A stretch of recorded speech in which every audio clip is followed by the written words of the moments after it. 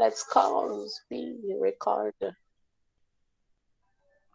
Boa tarde, é uma honra hoje voltar aqui para gravar mais uma aula com esses maravilhosos supimpas, fantásticos supimpa, foi da época do Guaraná com rolha, hein, Fernando? Com esses majestosos supimpas bacanérrimos e, enfim, meus amados, amades, amadas, amades, alunos do oitavo ano,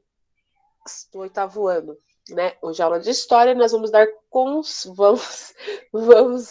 prosseguimento à aula sobre a Revolução Francesa. Eu comecei a rir porque eu falei supimpa.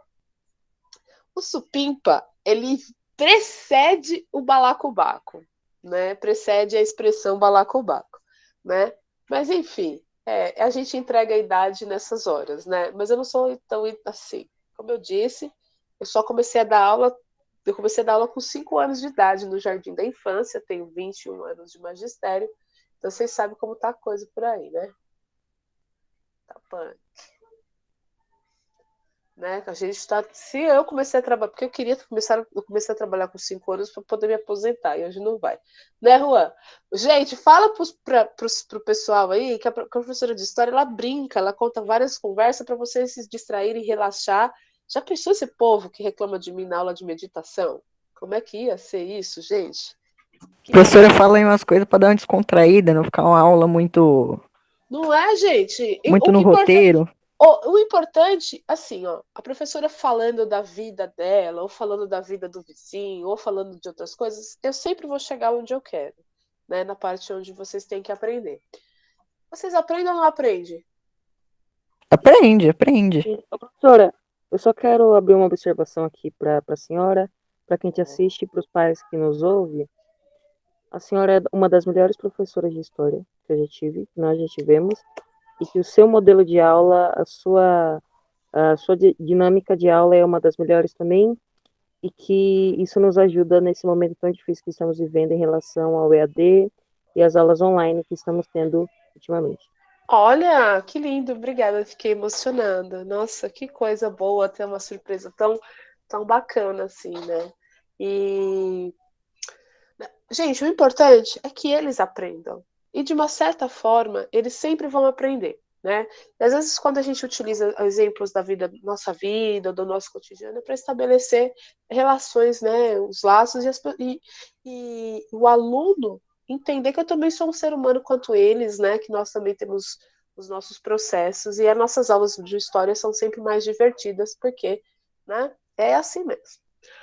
Leva um tempo, né, gente? Leva um tempo o pessoal pegar essa minha veia cômica, mas, enfim. Vamos voltar a falar da gloriosa, majestosa Revolução Francesa. Deixei claro que o porquê, né, no vídeo anterior, eu deixo claro o porquê da minha admiração pela Revolução Francesa. Eu não anulo e não supervalorizo a Revolução Francesa, porque tem outras revoluções que foram concomitantes a ela, que também foram de extrema importância, né, para todos nós, né? Então, eu já vou fazer uma pequena retomada com vocês. Ontem eu utilizei o mapa, eu apresentei para vocês o mapa do Studies, né? Study Maps, desculpa, Study Maps, tá? .com.br. Vocês vão encontrar mapas mentais de todos os assuntos que vocês precisarem. É uma plataforma de ensino muito interessante para, né, auxiliá-los nesse processo de aprendizagem. Ontem, na aula anterior, eu falei sobre o contexto histórico, né? Eu fiz um panorama do que estava acontecendo na França e no mundo no momento, né, que as primeiras artilharias, aí, as primeiras bombas vão sendo lançadas para o despertar, né, o estopim da Revolução Francesa, né?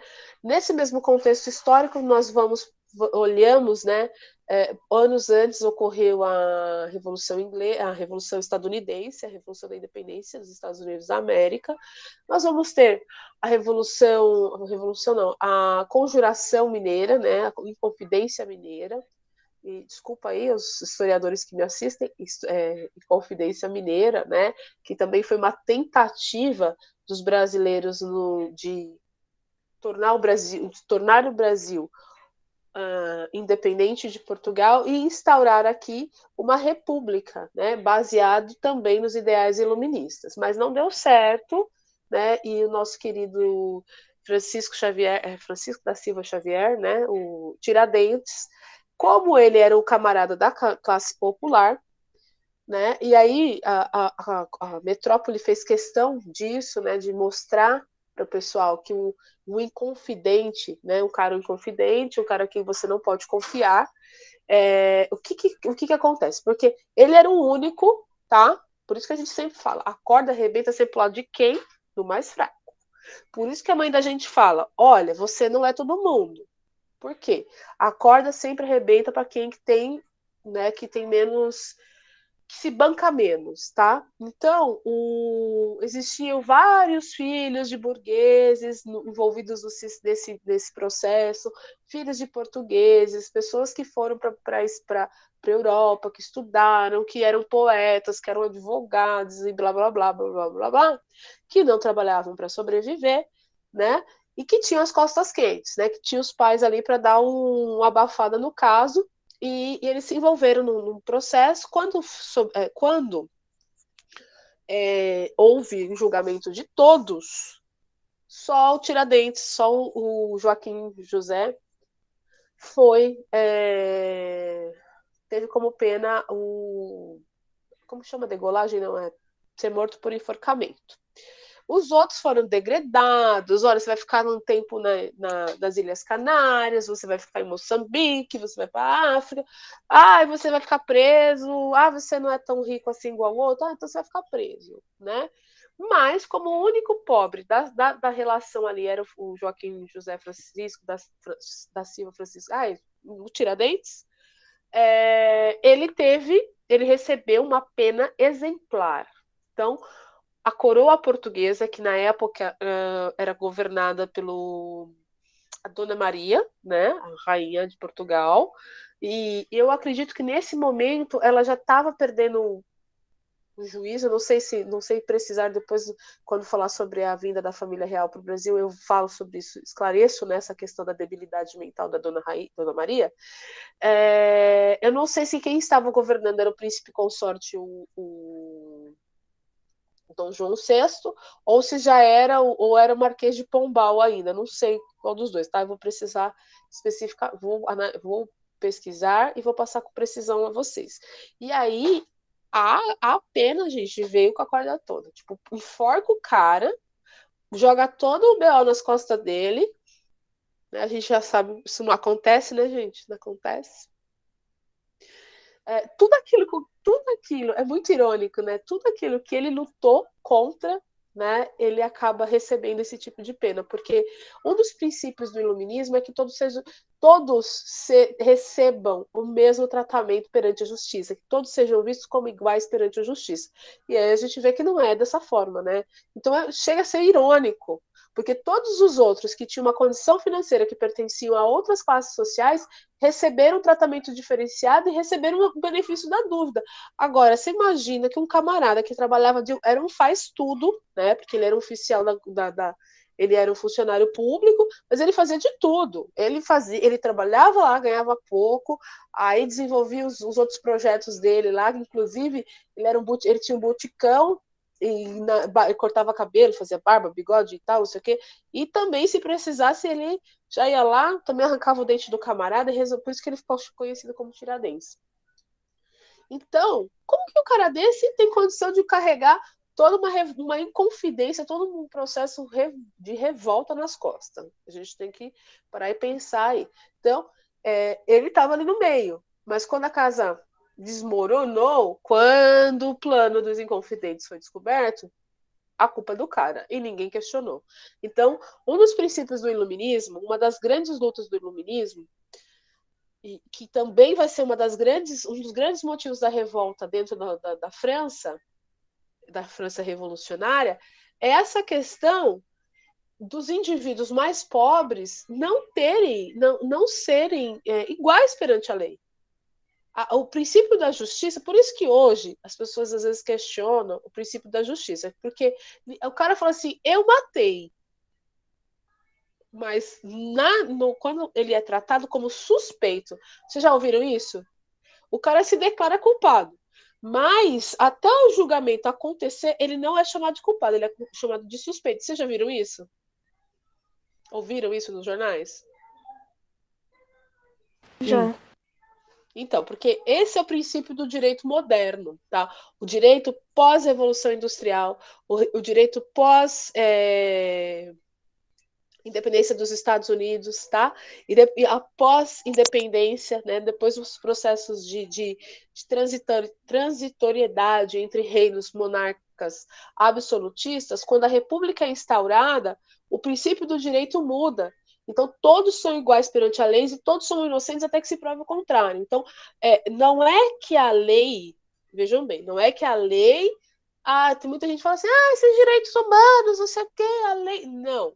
A lei dá o benefício da dúvida para todos, né?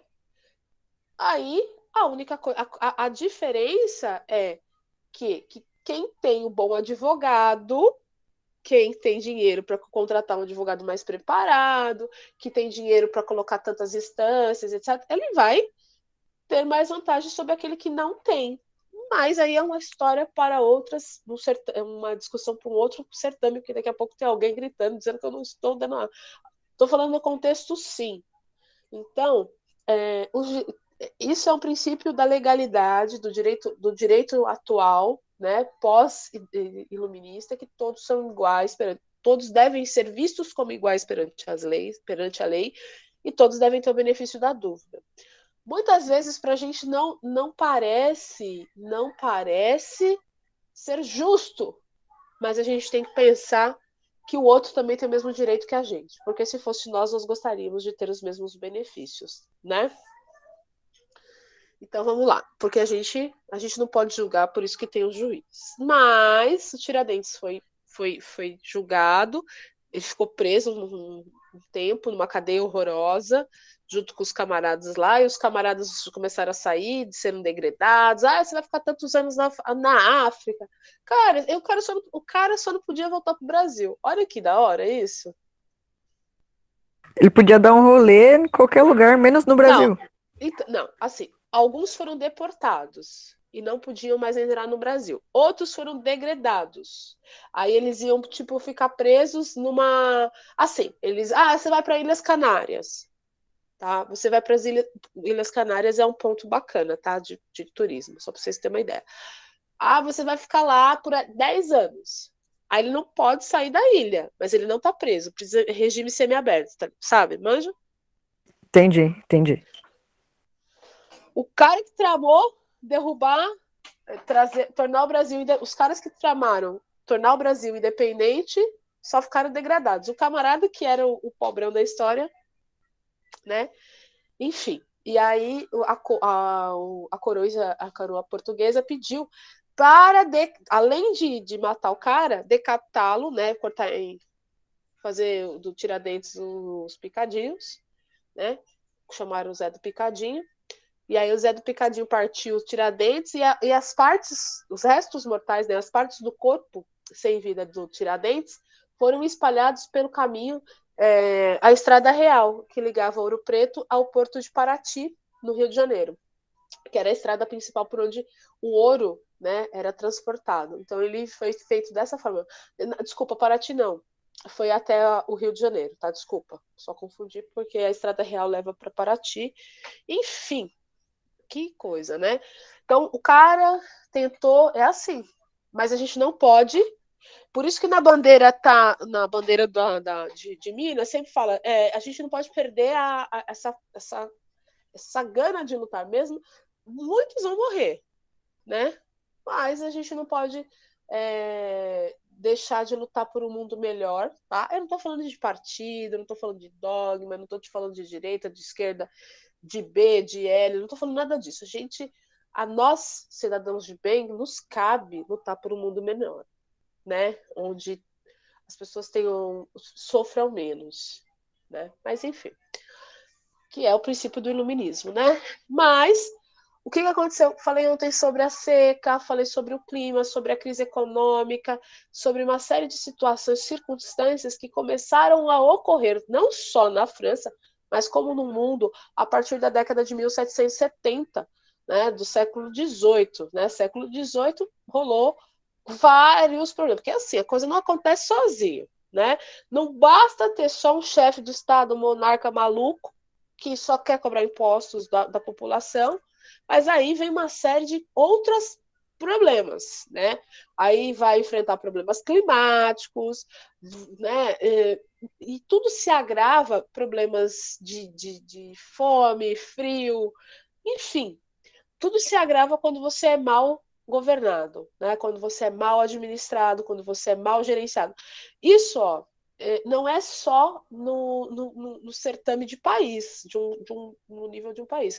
Isso se estende a outros certames. Por exemplo, uma empresa, né? A empresa está com problemas, entra um cara que não sabe gerenciar legal, gente, não vai rolar. Né? Uma boa empresa está atravessando um período de dificuldades. Coloca o Zezinho do bilhar para jogar, para administrar lá, tudo bem, que às vezes tem os camaradas do bilhar. Cadê o menino? Cadê o Davi? O Davi tinha falado de um carinha para mim do bilhar. O carinha ganhou uma grana. O carinha tem um canal no YouTube. O cara ganha torneios. Cadê o David? O Davi. O Davi sabe falar o nome do camarada que eu não me lembro. Eu até cheguei a ver vários vídeos. O cara, ele. Só estou fazendo essa contextualização para que vocês vejam que as pessoas, não é porque a pessoa está jogando bilhar ali, ela não sabe o que ela está fazendo, ela só não quer estudar na escola, ou ela só não teve oportunidade. Mas ele tem canal no YouTube, ele é campeão de torneios, e todo torneio dele ele embolsa um dinheirinho, tá melhor que eu, né? Sim, financeiramente falando, ele tem um patrimônio maior que o meu. Né? Então não vamos falar do Zezinho do bilhar. Mas vamos supor que esse camarada que eu estou falando, ele não entenda nada de administrar um país, ou de administrar uma multinacional, uma transnacional, ou o que seja. Se você não tiver um bom gerenciamento daquilo que você tem, você só se agrava o problema. Porque crise nós vamos ter em todos os certames. Mas aí cabe um bom gerenciamento, uma boa condução daquela situação para que você reverta aquilo ou que você tire algo positivo. Né? Nada mais claro do que essa pandemia que a gente está vivendo. A nossa autogestão, nosso autoconhecimento é que vai fazer com que a gente ainda tenha sanidade mental quando isso tudo acabar, tá bom? É como se fosse uma dívida. Se você sabe lidar com ela, ela vai diminuir. Se você não souber como lidar, ela vai cada vez aumentando mais. Exato. Então, se eu ganho 100, tô devendo 200 na praça. Eu devo 200. Eu ganhei 100. Aí eu vou lá e gasto mais 300. Quando que eu vou conseguir pagar? Você não vai pagar nunca, você só vai ficar fazendo mais dívida. Não é? Daqui a pouco deve até a alma e não sabe. Não é Ô, verdade? professora, Oi. o jogador de sinuca era o Baianinho de Mauá? Isso, Baianinho. Muito bem, David. Eu, Baianinho. eu, eu jogo às vezes aí. Eu Não, sei. não fala que ele morreu, não. O Baianinho tá Não, ele não vivo. morreu, não. Ele tá bem. Beijo, gente. Vamos mandar um beijo pro Baianinho do bilhete. Como é? Da sinuca? Do snooker? Como é? Baianinho de Mauá. Baianinho do Mauá. Gente, esse cara, ele não tá numa condição financeira bem confortável. Ele quebrou Ele tava em Suzano aqui. Ele tava em Suzano, no Miguel Bado, em 2019, se eu não me engano. Ele veio Ah, jogar ainda aqui. bem. Teve um monte Nem... de segurança. Um monte de carro, um monte de segurança. Nossa, David, você também conhece, você também é do populacho, hein? Às vezes eu jogo. Né? Mas enfim, eu jogo na minha casa. Deixa quieto. Né? Eu jogo Gente, pelo celular. 8 bal por. Gente, esses jogos são de estratégia. Eles são. Quando a gente pensa, existem alguns jogos e alguns esportes que depois, durante o período do século XIX, naquela onda do marxismo ali, que a gente conversou, da mais-valia, o camarada trabalhar, a classe operária não tinha dia de lazer e não tinha o que fazer quando tinha o lazer. Então vão começar a surgir, despontar algumas modalidades esportivas que eram chamadas de modalidades esportivas do proletariado, de pobre, eram marginalizadas. E uma dessas que são marginalizadas eram o bilhar. O bilhar, o dominó, a capoeira no Brasil sempre foi marginalizada, o futebol, o boxe, né? Que hoje, se vocês forem fazer uma análise, elas têm um reconhecimento assim bem peculiar, né? Por exemplo, o pessoal joga cricket, ou tem um outro esporte que é muito similar ao futebol, mas como futebol, né? Não soccer, futebol, soccer é só nos Estados Unidos. Um esporte de marginais, de operário, imagina, né? Por isso que o nosso Voleibol, meu? hã? Voleibol? Futebol, Ah, tá. pelota, soccer, pelada, bolinha de meia, era visto como um esporte do populacho, era visto de, né, com assim, né, com o pessoal botava assim o nariz,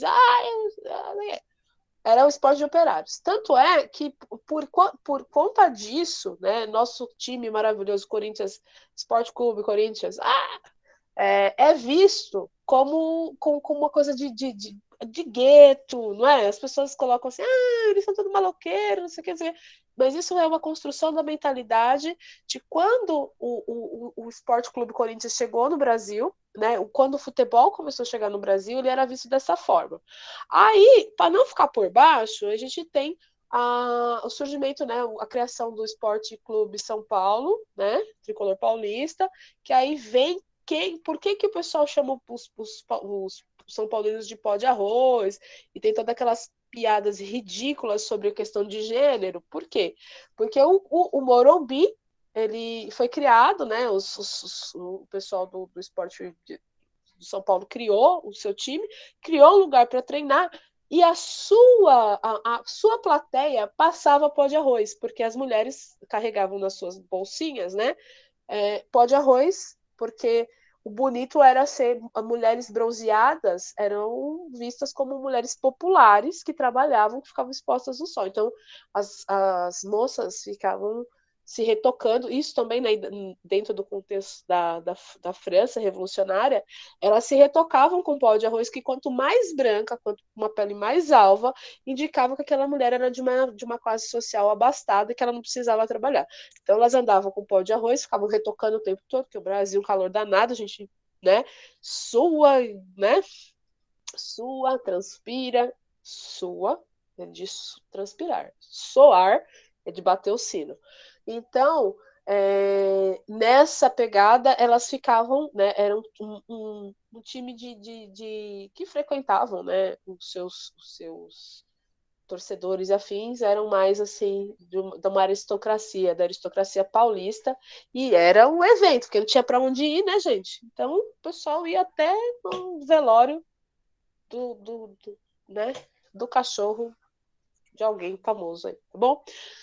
Certo? Então, tudo isso vocês veem que é um processo de construção, né? Construção e de marginalização do esporte. E hoje o futebol, infelizmente, é um esporte de manobra, na minha concepção, né? É um esporte que é utilizado para fazer manobras e alienar as pessoas que assistem. Nada contra o futebol, eu até gosto, mas eu assisto sabendo que é uma ferramenta de alienação das massas, tá bom? Vamos voltar para o contexto histórico do iluminismo aqui, tá bom? Tudo bem? Olha, eu falei que aula completa, hein, gente? Já falei do Tiradentes, já falei da história do futebol, da questão da luta operária, né? Da marginalização. Mó barato, né? E hoje, gente, vai jogar um boxe pra você ver que você fica milionário, né? Todo mundo quer o MMA. Nossa, MMA, gente, pelo amor de Deus, né, meu? O que é aquilo? Tem muita coisa, muito esporte novo. Agora mesmo tem um monte de esporte digital, né? Tá dando bastante também, bastante gente joga. Sim, e vocês viram aquele lance, por exemplo, o skate. O skate também era marginalizado e hoje é um esporte olímpico, né? Até um tempo atrás, né?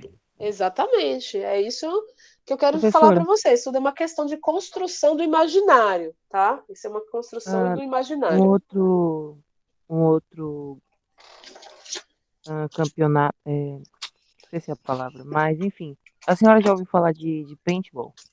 Sim, putz, mano, esse Nossa, negócio de eu amo. paintball é Eu zoeira, hein? gosto.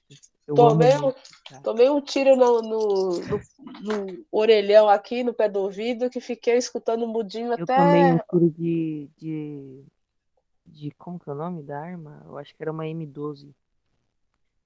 Eu tomei um tiro no braço, professor. Eu tenho a marca até hoje. É violento, mas, enfim, não gosto. Eu fui porque eu não tinha. Pra poder dizer que eu não gosto.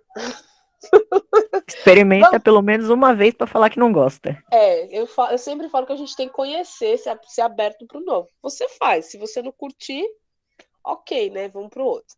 Então, nesse mapa mental que está disponível na plataforma studymaps.com.br, vocês encontram maps sobre todos os assuntos que vocês precisarem, tá bom? Tem de matemática, né? Já vem aqui, copia, cola, bota no Canva, né?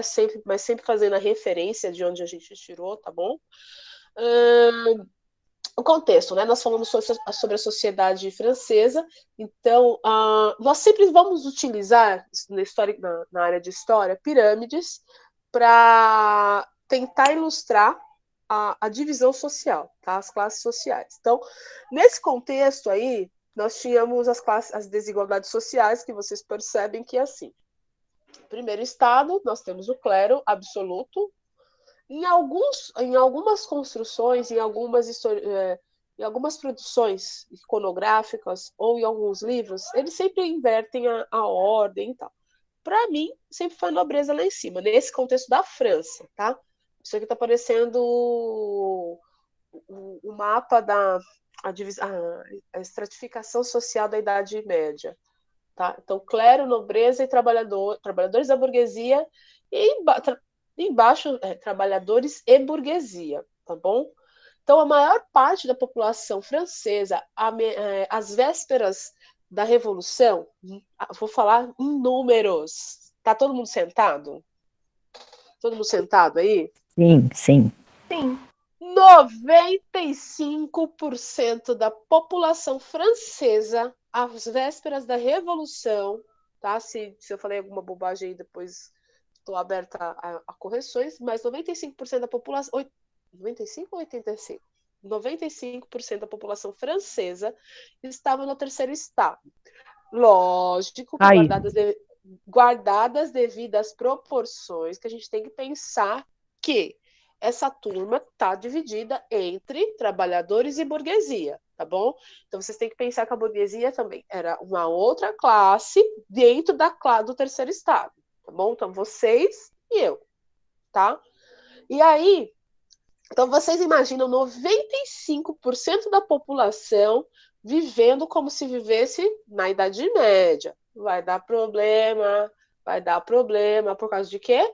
Por conta dos ideais iluministas que circulavam, né, no seio familiar e no seio da luxuosa, gloriosa, aristocrática burguesia, que vai parar e pensar e falar: opa, peraí, se eu produzo, se eu tenho dinheiro, se eu tenho isso, se eu tenho. Por que eu sou tratado dessa forma? Por que eu sou tratado como terceiro estado se eu devia ser VIP também? Aí tinha outros, os burguesinhos assim, mas, tipo, os maninhos que se envolveram na Revolução, na Inconfidência Mineira. Não, liberdade, igualdade, fraternidade, tal, não sei o quê, tal, lá, lá. Mas nunca pegaram numa enxada para carpinar o mato, né? Vão ser verdadeiros. Por isso que muita gente desvaloriza. Mas por que eu estou falando disso? Porque muitos burgueses tinham esse engajamento, mas muitos não queriam perder privilégios, né? Então a gente vai mais para frente, vocês vão entender o que eu estou falando, tá bom? E nesse contexto, às vésperas da Revolução Francesa, nós temos uma crise orçamentária absurda, é o que eu falei para vocês.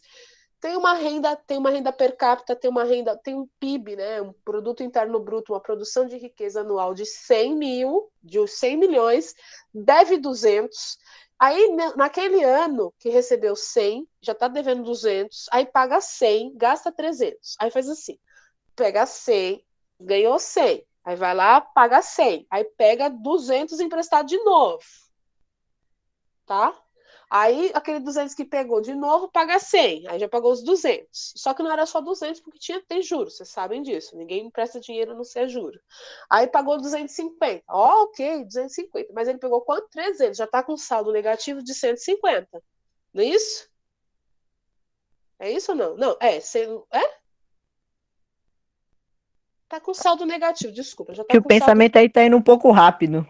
Então, o cara te deve. Ó, ele, nesse ano, vamos pensar, no ano de 1775, um determinado governo X, o governo francês devia 100 milhões, certo? Não, produzia anualmente 100 milhões de francos por ano. Nossa, que pleonasmo, bem pleonasmo. 100 milhões. Só que aí, naquele ano, no ano anterior, 1774, o governo francês adquiriu uma dívida de 200 milhões de francos. E ele só produz 100 milhões de francos anuais, certo? E aí ele estava gastando 100% a mais do que ele produzia. Beleza. Aí chegou no ano de 1775, tinha que pagar aquela dívida. Só que ele não estava devendo mais 200, ele estava devendo 250, certo? Aí, o que ele fez? Pegou outro empréstimo, certo? Para pagar o empréstimo. Estão acompanhando agora? Aham. Gastou 100, ainda pegou mais um empréstimo para pagar o empréstimo. Aí vai ficar com déficit de 150, certo? Então, no ano seguinte, ele já entra o ano com mais uma dívida, certo? Sem contar o que ele gastou, além do que ele podia, tá? Então, naquele ano que ele produziu 100, ele gastou 100, aí gastou mais 300 e pegou mais 300 emprestado. Deu para entender? Sim, agora deu. E aí esse dinheiro foi colocado onde? Onde era essa divisão? Gente, tipo, divisão era assim. Na guerra do desse dinheiro todo, 70% do dinheiro arrecadado e do dinheiro emprestado, 70% vai ser direcionado para o exército e para as guerras, os conflitos externos. 70% para uma população de 95% de pobres. Né? 90%, 80% de pobres. Legal pra caramba, né? Tem que frequentar as aulas de matemática, né? Vocês indicam alguém aí, tem que indicar os matemáticos da vida, né? Chama o Zé. Como que é o nome dele, David? Baianinho de Mauá. Bota o Baianinho de Mauá aí pra fazer uma conta, né, gente? Ó, a bolinha branca vale tanto. A bolinha vermelha vale tanto. Se você jogar, né?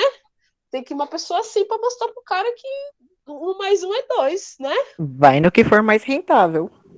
Ou faz, como todo bom administrador, como toda dona de casa faz, porque as donas de casa, elas são ligeiras nessa economia aí. Então, era melhor botar uma dona de casa para ser ministra da economia, porque dona de casa, elas fazem uns bem bolados que acerta toda a vida, todo mundo, não é? Compra comida, paga a conta, Isso aí é veste. incrível, que paga tudo, compra tudo. E você percebe que, às vezes, é um salário mínimo só. E faz tudo. Porque isso é uma questão de bom gerenciamento. Entendem? Então, às vezes, a pessoa ganha, tem uma renda, mas ela gasta muito mais e não se gerencia, porque não tem as prioridades pré-estabelecidas. Então, naquele momento, no contexto pré-Revolução Francesa, a prioridade do governo francês não era o povo. Não era o povo, não eram as obras públicas que geram rendas, né? Porque você vai empregar pessoas que estão desempregadas, que estão famigeradas. Não pensou na questão da assistência social, não existia assistência social, porque as pessoas estavam morrendo de frio e fome, né? Um pãozinho custando, um pão, né? Um pãozinho não um pão, que era aqueles pão italiano, aqueles pães grandes, custando quase um salário mínimo. O salário mínimo da época, tá? Não é R$ 1.900, sei lá quanto que é o salário mínimo. R$ 1.100, não é isso? O salário nosso, R$ 1.000. É, Não tá era, por aí mesmo. não era R$ 1.900. Tô louca, né? Tô vivendo no Chile agora. Tô vivendo no Chile, não. Tô vivendo no Canadá, não sei. Então, não é isso. Então, vocês imaginam. Entra recurso, mas aí eles empregam o recurso deles em uma outra, numa finalidade que não é prioridade, né, na questão do Ministério da Guerra e Relações Externas, internacionais, e para isso, gente, grande, aí eu falei 70%. Tinha os gastos pessoais da nobreza, tinha os gastos pessoais do clero, e o que sobrasse ia para as outras áreas da sociedade, tá? E quem pagava essa conta? Vamos ver se alguém sabe. Quem que paga essa conta, minha gente? É o pessoal que trabalha, não? Sim, né? É o popular, é a burguesia, né? Nesse contexto aqui, são os burgueses, são os trabalhadores, enfim. Né? E a fome assolando, né? E o tempo passou, a coisa só foi se agravando, né? A sociedade francesa traz requisitos de uma sociedade, uma estrutura feudal na sua base. Isso vai prejudicar muito a questão da mentalidade e da construção de um ideário de revolução. Tá? Na aula anterior, eu menciono, né, o episódio das mulheres peixeiras, e esse episódio, a iconografia desse episódio é a capa desse vídeo, né? Eu fiz a capa do vídeo com essa imagem, para que vocês conheçam essa imagem, que é icônica. E essas mulheres, elas não queriam, elas não queriam. Gente, vamos pensar assim, né? A pessoa não tem nem ideia o que é república, o que está acontecendo. Ela sabe que tem o rei, que esse rei foi rei do pai, da mãe, do avô, é neto do rei que foi pai e avô, é, que, que é neto do rei, que era rei dos seus avós, melhorou, que aquela família real governava a França desde que a família dela se entende como uma família. Então o camarada, ele não vai questionar a questão do poder real. Ele não está feliz com a vida que ele está tendo. E a concepção dessa população pobre francesa era de que se o rei voltasse, saísse de Versalhes e voltasse para Paris, para a ilha de Cité, ele iria resolver o problema. Certo? Olha como que é um pensamento muito ingênuo e um pensamento, uma mentalidade construída que é uma mentalidade medieval, né? Porque essas pessoas imaginavam que os reis fossem aqueles reis enviados de Deus.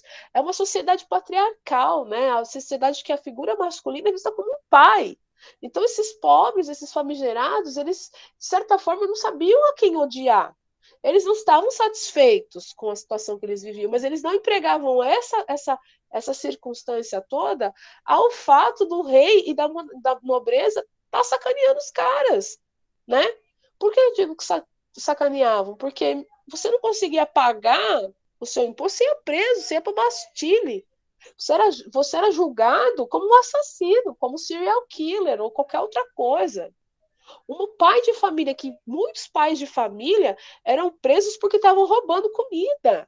E não era roubando uma cesta básica, não era desviar dinheiro, não. É roubar um pedaço de pão, um pedaço, roubar uma maçã na feira, uma feira, certo? O cara estava desesperado. E o cara ele tinha. O crime dele era nivelado como se ele fosse o pior, né? O pior, tipo, a pior mente criminosa que existisse na face da Terra. O camarada só quer comer e ele é tratado da mesma forma como um assassino. Alguém que fez Mas, alguma coisa muito mas pior. exato. Eu não defendo o banditismo em nenhuma circunstância, tá certo? Tá? Deixando claro isso. Não estou fazendo apologia, mas a gente tem que se colocar no lugar dessa pessoa. Né? Não é que ele não queira produzir, ele não tem como. Não tem como comprar comida. E aí é uma parada muito louca, porque às vezes ele é um trabalhador que trabalha, mas não tem dinheiro para comprar comida, porque a crise financeira estava terrível. Né? E quanto mais eu menciono para vocês, eu mencionei a vocês que teve uma crise climática, o que aconteceu com essa crise climática? Essa crise climática propiciou a falta de alimentos.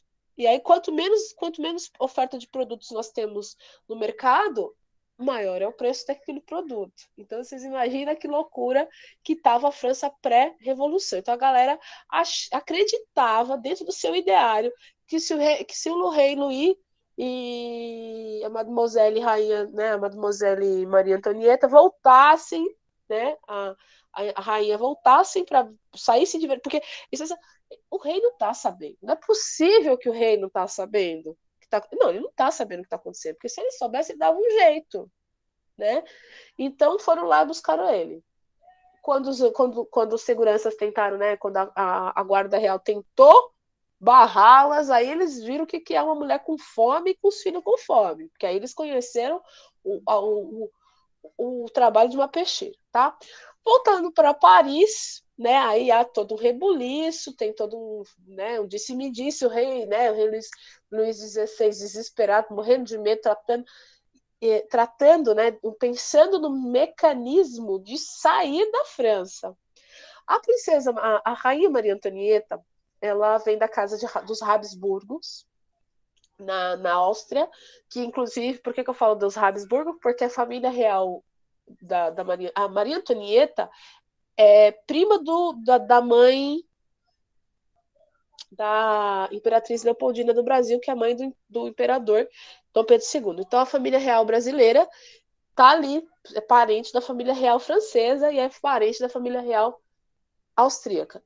Ah, por que você está falando isso? Porque lá na frente as coisas vão fazer sentidos para vocês, tá bom? Então, a família, a casa Habsburgo, a casa real dos Habsburgo, começaram a tramar uma fuga da família real francesa, porque sabia que não ia dar certo, né, gente? Que uma hora a coisa ia ficar tensa. Então, a casa dos Habsburgo tramando uma fuga para Maria Antonieta e Luís XVI. Enquanto isso, os burgueses, novamente os burgueses, que não querem perder, ninguém está querendo briga, nem derramamento de sangue, vamos tudo numa boa. Primeiro derrubou uma Bastilha. Desculpa. Aí vão ser chamadas, né, as Assembleia dos Estados Gerais. Antes tinha Assembleia dos Notáveis, tá certo? Que era assim, parece um país que a gente não conhece. Nós estamos sem dinheiro, o que nós vamos fazer? Aumenta os impostos, aumenta os impostos. Gente, essa matemática é ótima, né? Se o cara não ganha, como é que ele paga? O cara não ganha nada, não ganha muito, tá sem dinheiro e todo mundo aumentando o imposto, o preço de tudo. Gente, não parece um contexto atual que a gente está vendo aí num país que não existe, no país. Como que é o nome? Como que é o nome do país como que é? Da sonícia lá que eu sou? Que você falou, David? David, Oi? o que é? Quem eu sou mesmo que você disse lá? Sou a Sonésia lá? Você é de Sonserina, mas Sonserina é uma casa de Harry Potter e essa casa fica localizada no. Na verdade, assim, chamamos Sonserina. É tipo Sofri. uma turma, É tipo uma isso que eu tô turma. falando, as casas reais, não é isso? Os reinos, mais ou menos isso, né?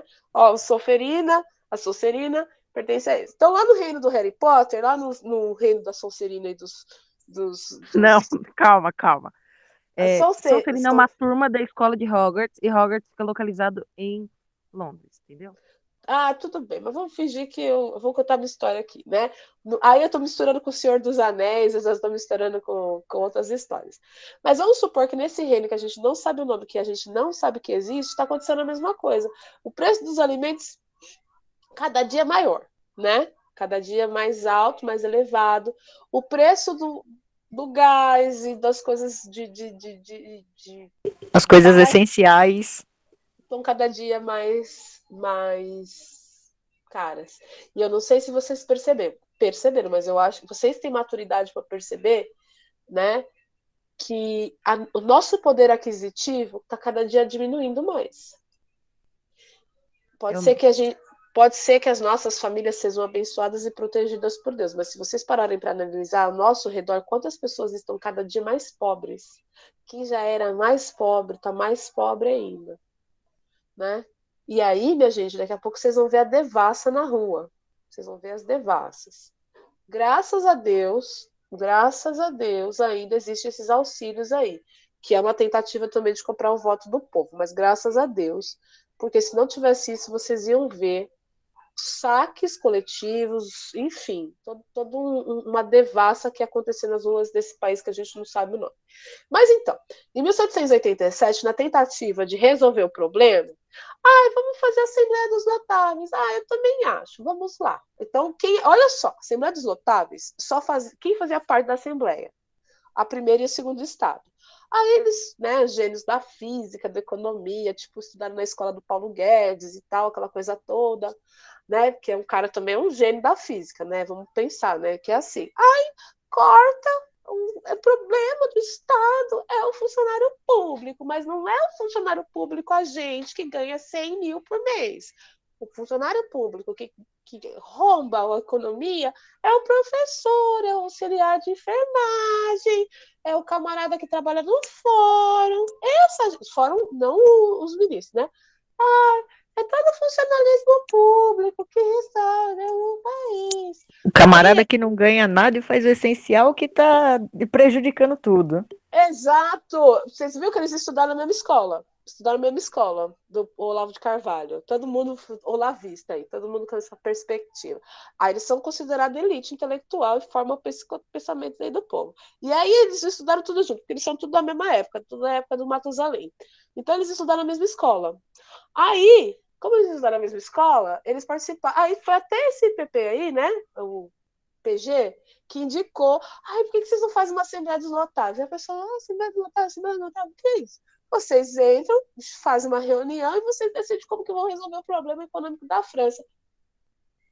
PG, você teve uma boa ideia. O que você sugere? Eu não sei não, eu acho que esse funcionário público, mas aí os caras falaram, opa, não vamos mexer com funcionário público não, né? Deixa aí, não tinha funcionário público. Aí, beleza. Aí alguém gritou, já sei, aumentem os impostos. Aí o outro falou, fechou, aumenta os impostos, deixa eu ir lá que eu tenho uma festa para ir. Agora não dá para ficar aqui muito tempo não, mas aí eu gostei. Aí o outro, vamos. Pronto. É assim que eles resolvem as coisas, tá bom? Aumentar os impostos foi a solução. O que vai acontecer? Vai gerar uma crise econômica. Tá escrito aí do lado, ó. Olha a ideia brilhante que gerou. A coisa já estava difícil, piorou, né? Aí passou. Depois as mulheres foram lá, resolveu aquele TT todo, fizeram todo aquele babado, né? Trouxeram todo mundo. E as coitadas nem sabiam, né? Que o rei estava morrendo de se borrando todo de medo delas, né? Que elas tudo da peixeira, as mulheres da peixeira é fogo, né? E aí, por isso que vem essa história da peixeira. A mulher brava é fogo. As Amazonas de Paris, olha que coisa chique, hein? Aí, o terceiro estado conseguiu, nesses assembleias, porque a coisa estava tão feia que o segundo, o terceiro estado falou, ligaram pro PG, o que a gente faz? A PG falou, olha, se fosse vocês, compravam um terceiro estado, tá bom? Deixa eles participar, dá uma propina para eles, tal. Aí chamaram o terceiro estado. Só que assim, vamos mudar o jeito, porque se fossem votar os projetos por número de cadeiras, o terceiro estado ia conseguir vencer na Assembleia, né? Então as decisões tomadas pelo terceiro estado seriam, porque eles são 95% da população, automaticamente eles teriam um maior número de representantes dentro da Assembleia. Só que aí, o primeiro e o segundo estado falou, não, a gente deixa você brincar, mas é o seguinte, vai ser voto por equipe, não voto por individual. Aí você já sabe o que aconteceu, né? O que aconteceu? Primeiro e segundo estado, né? Se fosse votar, ó, são 3 estados votando. Se é por equipe, são 3 votos. Primeiro e segundo estado e terceiro estado. Quem ganhou? Terceiro estado? Claro que não. É voto por equipe, não por integrante. Sim, sim, sim. Entendeu? Então eles falaram assim, ó, vocês podem participar, mas vocês vão ficar, a regra do jogo é minha, a bola é minha, vocês fazem, e a gente joga do jeito que quiser. Vocês brincam, mas com a minha regra. Exatamente. Vocês querem brincar? Tá bom, a gente deixa, mas vamos aumentar os impostos? Então a revolução, depois disso, gente, foi uma devassa daquelas. Daí, aí o maluco já gritou. Vocês estão ligados que sempre tem um maluco que grita: tiração! Tiração! Aí já rolou uma treta lá, já saiu derrubando cadeira, um pau danado, né? E foi um bafafá naquele lugar.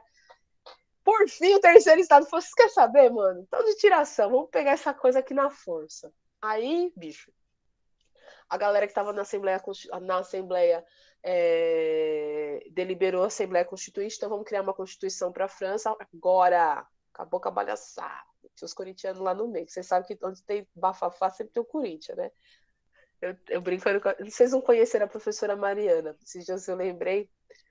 A gente viu uma foto nossa lá na escola. Eu falei, tem que ser corintiano, né? Marquei eu e ela. Falei assim, vai, Corinthians! Porque sempre nós fazíamos umas tretas lá na escola. Mas não de brigar, nessa parte eu sou São Paulina, eu sou aristocrática, eu não gosto de briga. Mas enfim. E aí, a partir daí, eles ordenaram a Assembleia Constituinte. O rei que estava de boa foi tipo preso. Aí o rei estava de boa, já ficou com as orelhas em pé. E nesse mesmo contexto, vocês não acreditam. Mesmo depois da Guerra dos 7 Anos, a França estava em guerra com outros países ali vizinhos. Você acredita nisso? Enfim. Então, foi acionada a Assembleia Constituinte, o povo sai para as ruas de Paris num dia de verão, imagina um dia de verão, 40 graus, o povo com fome, e aí, por ordenância, né, das lideranças dos partidos jacobinos e girondinos e das lideranças do burguesia, né, o povo invade a Bastilha. Bastilha ficava no centro de Paris e ela armazenava armas do exército e ao mesmo tempo era uma prisão. Gente, a galera entrou, uma pensa aquele povo.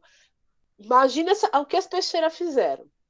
Agora se imagina o povo que invadiu um armazém de armas, pegou as armas, saiu destruindo, porque da Bastilha não tem nada. Se é que vocês me entendem, não sobrou nada. Tá? E a partir daí a Revolução Francesa teve início.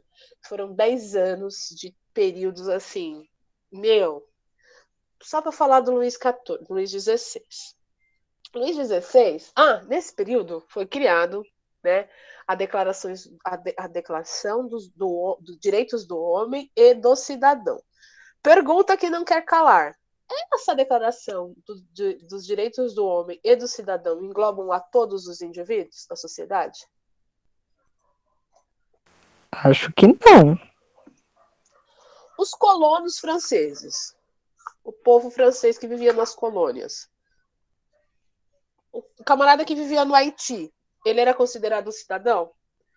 Essa declaração dos direitos do homem e do cidadão se aplicava para os colonos franceses? Os colonos franceses eram vistos como cidadãos? As mulheres francesas eram vistas como cidadãos? Não, Os escravos? também não. Então, já vê que tem exclusão aí, tá? A Constituição Francesa, a primeira Constituição Francesa, ela foi escrita terminou de ser elaborada e foi escrita em 1790. É 93 aí ou 91, gente? Eu não tô conseguindo ler.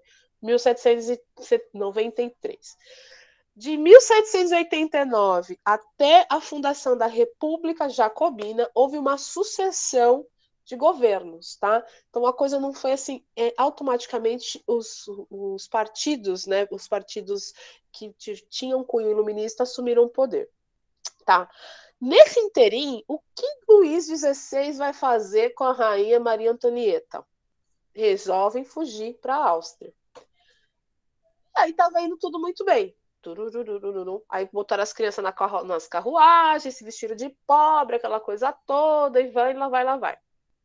Quando chegou na fronteira, numa das últimas cidades francesas que faziam fronteira com a Áustria, o que aconteceu? O que vocês acham que aconteceu?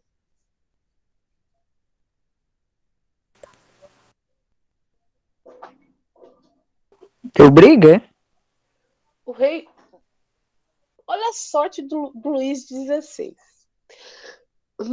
Numa estrada fora, que ele ia bem sozinho, levar os doces para a vovozinha das crianças.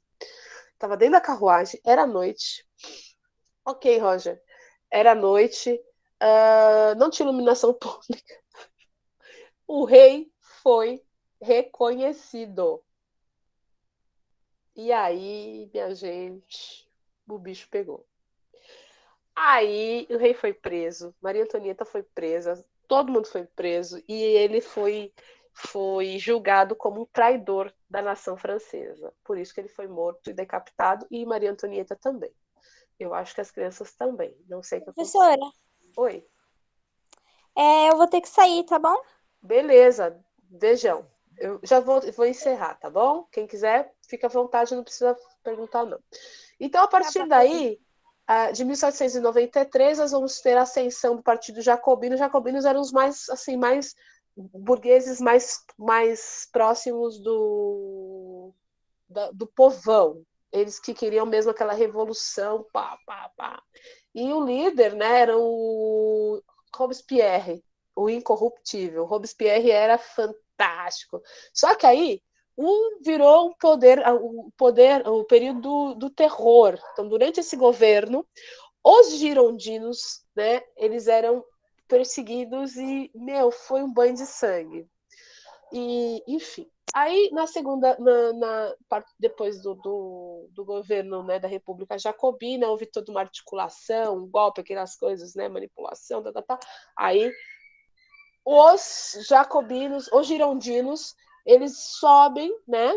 Então, vou falar do direito e esquerda. Aí, os girondinos, eles conseguem tomar o poder dos jacobinos, tá bom? Né? Então, mas também foi um banho de sangue. Vocês vão pensando que ficou tudo numa branca as nuvens, não.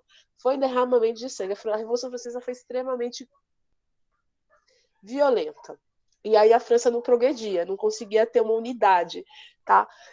O Partido Jacobino, dentro da Assembleia, dentro do parlamento francês, daí que surge o termo direita e esquerda. Os jacobinos se sentavam à esquerda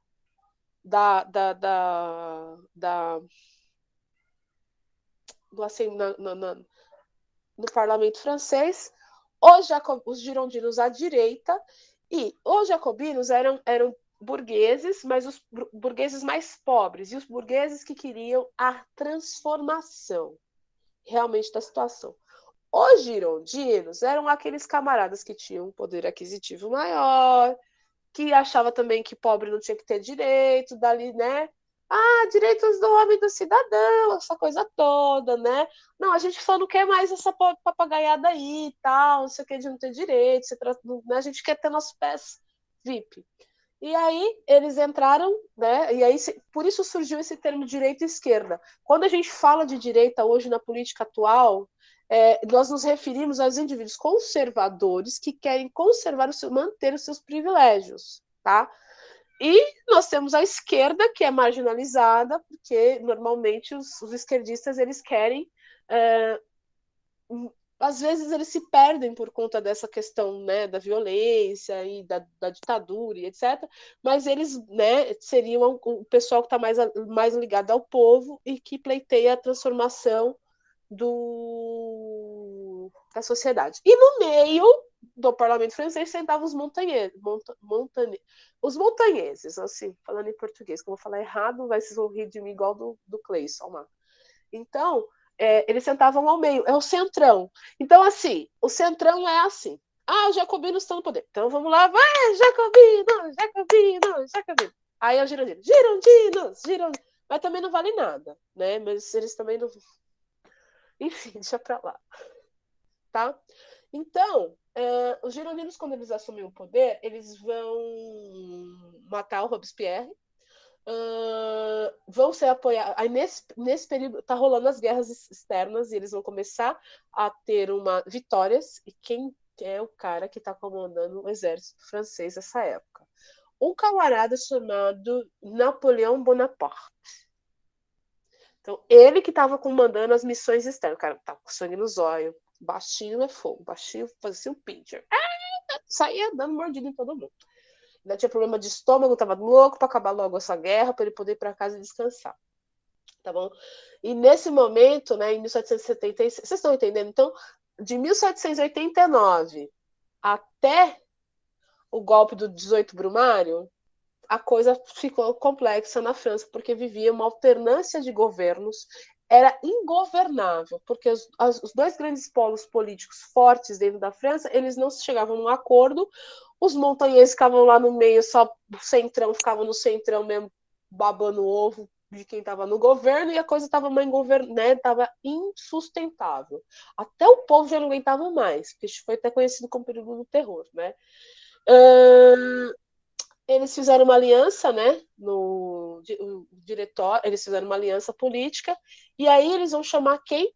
O grandioso Napoleão Bonaparte, que vai se aliar com toda a elite militar, tá? E vai derrubar, falou assim, vamos parar com essa palhaçada?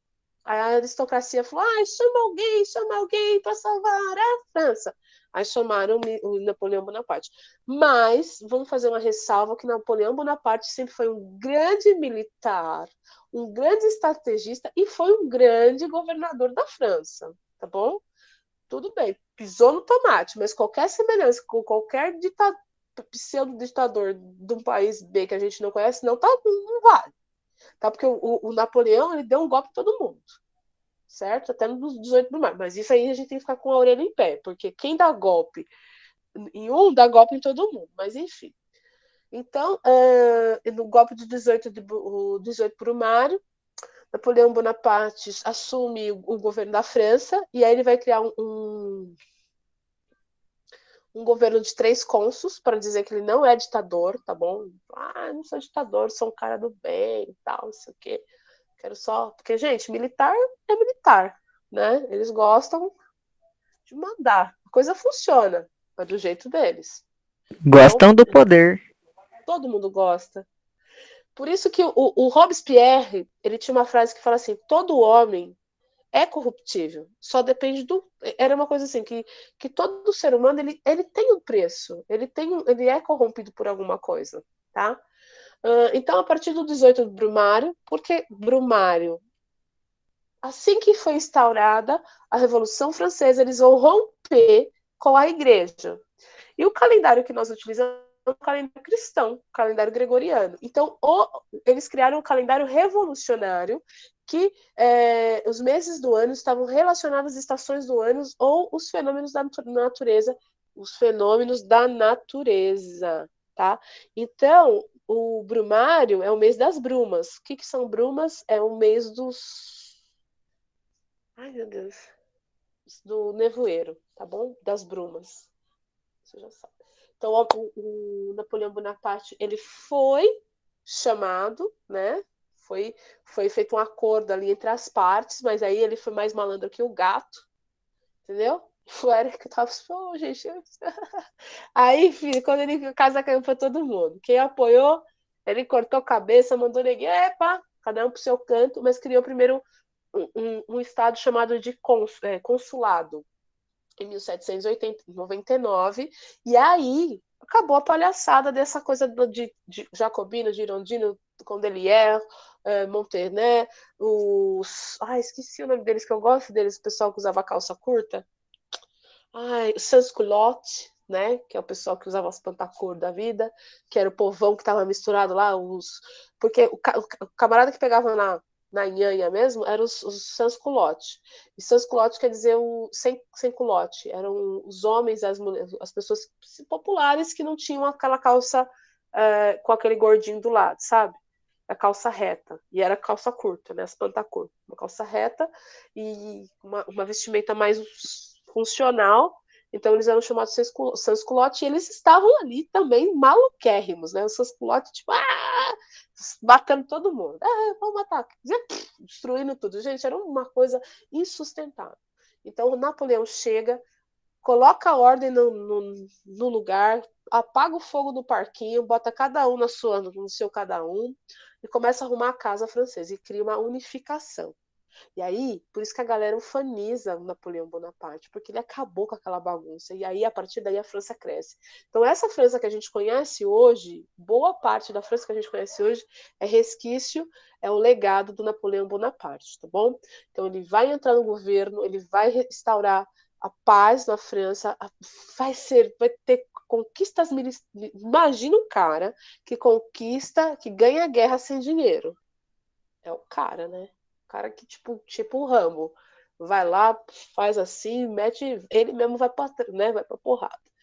Então, ele era o cara do governo aí. E aí, a gente vai falar nas próximas aulas sobre a era napoleônica. Então, Napoleão Bonaparte, ele vai entrar na França, vai assumir como o primeiro cônsul, com mais 2, depois ele fala, gente, vai para casa. E começa uma nova era na França, que vai ser uma era próspera, mas que vai chegar um momento que ele vai vazar também, vai ser convidado a sair.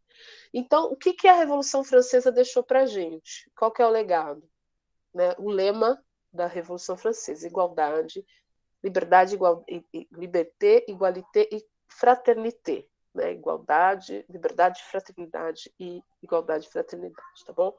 Derrubou o antigo regime, derrubou uma monarquia. Tudo bem que ficou um cafofo do Osama durante 10 anos, mas eles conseguiram derrubar o antigo regime, acabar com a monarquia absolutista. Só depois no Brasil que vai ter um camarada aí, o Pedroca, que vai instituir uma monarquia absolutista, mas deixa pra lá.